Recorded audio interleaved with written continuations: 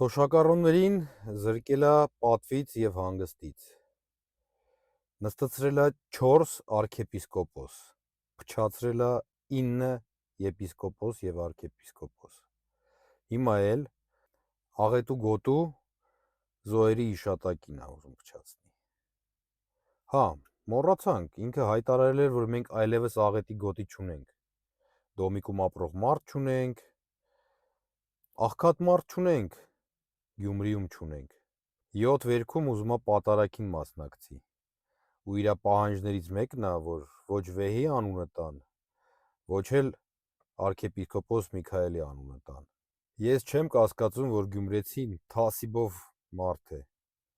սարեցի մարդ է, ցրտի մարդ է, բայց շատ ջերմ ընդունելություն կունենա գլխավոր և գերագույն դավաճանը, որը շարունակ 7 տարի փչացնում է ամեն ինչ, ինչին կպնում է, որը իր իշխանության զոհասեղանին